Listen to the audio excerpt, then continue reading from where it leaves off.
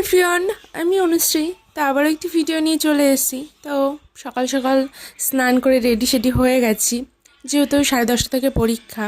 আর বাড়ি থেকে বেরিয়েও পড়েছি, বান্ধবীর জন্য আর কি অপেক্ষা করছিলাম। ও আসছিল না বলে আমি একটু আগিয়ে আসলাম। তো আমরা অপেক্ষা করার পর এনারা 3 চাকা নিয়ে আমাদের জন্য চলে এসছে। উঠে পড়েছি আমরা 3 চাকায়, এখন বেরিয়ে পড়েছি ডেস্টিনেশনে। ও ডেস্টিনেশনটা কোথায় সেটা তো বলাই হয়নি। ডেস্টিনেশনটা হচ্ছে চাপড়া বাঙালজি কলেজে। আমাদের 6 সেমের এক্সাম পড়েছে। আর এই যে সুন্দরী কখন যে ভিডিও করেছে আমি তো দেখিনি। যাই হোক, এই সুন্দরীর থেকে ও রাস্তাটা আরও সুন্দর ছিল, মানে সবুজে সবুজ, চোখ শুধু জড়িয়ে যাচ্ছিল। আর তার সাথে সাথে শ্বাসকষ্টেরও ওই যে গাছ ছিল।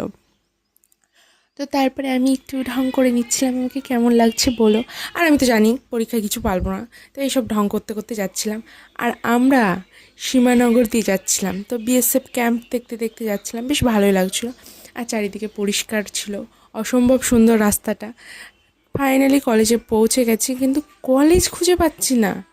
মানে এমনি রাস্তা ভুল করতে করতে এখানে এসছি, গিয়ে দেখছি এখানে প্যান্ডেল করা, এখানে কীর্তন হচ্ছে নাকি। তো অনেক খোঁজাখুঁজি করার পর ফাইনালি কলেজের গেট দেখতে পাই, তবু আমাদের ভিতরে ঢুকতে দেয়নি। অনেকক্ষণ অপেক্ষা করিয়ে অ্যাডমিট কার্ড দেখার পর ঢুকেছে। আমরা পরীক্ষা দিতে এসেছি, ভাই কলেজ থেকে কী চুরি করবো। তবে কলেজটা বেশ সুন্দর ছিল। যাই হোক, কিন্তু স্যার ম্যাডামগুলো একটু ভালো ছিল না। আর তো ফাইনালি অনেক খোঁজাখুঁজির পর ক্লাসরুমটা খুঁজে পাই, তো এখানে এসে বসে আছি।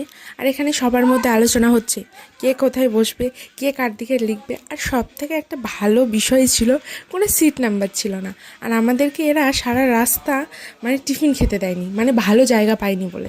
সেই সীমানগরে এসে এখানে আমরা টিফিন খাচ্ছি। আর আমি করে নিয়ে গেছিলাম চাউমিন, আর লক্ষ্মী হচ্ছে লুচি করে নিয়ে গেছিলো।